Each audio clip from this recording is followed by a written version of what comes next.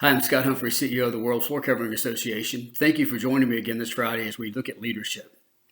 Ever had something thrust on you that you really didn't expect? It would be safe to say we all have if we look at this coronavirus and what it's done to us. None of us really had planned for something like this. In fact, we never really thought about it. In 1962, Dick and Judy Hoyt had something come into their life that they didn't plan for. Their son Rick was born, but the oxygen was cut off to him during the birthing process, and he was born as a spastic quadriplegic with cerebral palsy. In fact, the doctors turned to them and said, institutionalize him, you have every right to do so. And Dick and Judy Hoyt had a choice, but they opted to let their son grow up as normal as possible. They said when they looked into his eyes, they could see that he followed them. They knew he was in there. He just couldn't communicate with them. 10 years later, when he was 10 years old, they spent $5,000 and a computer was developed that allowed Rick for the first time to communicate with them via computer. He went to school. He was in the public school, which is part of their goal. And in 1977, at the age of 15, Rick comes home from school and he types out a message to his father, and it simply says, "A boy was injured playing lacrosse. He's paralyzed. They're having a 5-mile run, and I want to run in it."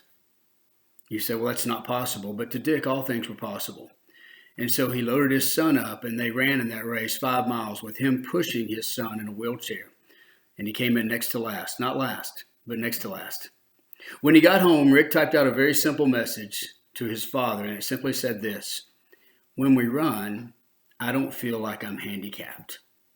At that moment, Dick had a choice to make. He could continue on with the life that he had, or he could opt to live differently. Great leaders embrace the moment, and Dick did. I hope you get a chance to look at the website Team Hoyt. It's an amazing story, very motivational. There's some great YouTube videos out there too. I hope you get a chance to look at those. But they went on to run over 1,000 races, well over 200 triathlons, and 6 Ironman triathlons. And let me help you understand that. In an Ironman triathlon, he would put Rick on a raft behind him and have it corded around his neck, and he would swim 2.4 miles. When they finished that, he would lift Rick up and put him on the handlebars of a bicycle that was equipped for that, and they would bike for 112 miles, and they would finish that by him pushing Rick in a wheelchair for the length of a marathon. And they did that 6 times. Amazing, amazing feat. Ran over 72 full marathons, and many of those, including the Boston Marathon. In fact, in 1992, they actually biked and ran across the United States. It's an amazing story.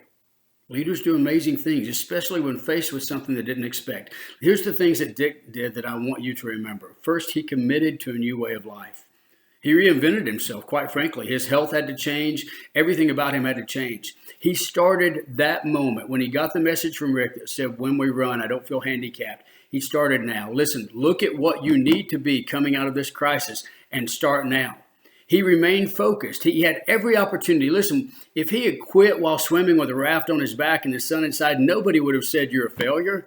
He could have quit, but he remained focused on the end goal. He was going to complete the task. I hope you do that as well. And the last thing I would challenge you to do is don't look back. Continue focused, but don't look back. There's too much back there to haunt you. What we had will be different when we come out of this. We won't be the same. We've got to focus on what we want to be going forward. Reinvent yourself. Start now. Remain focused and don't look back. God bless you. Now go lead.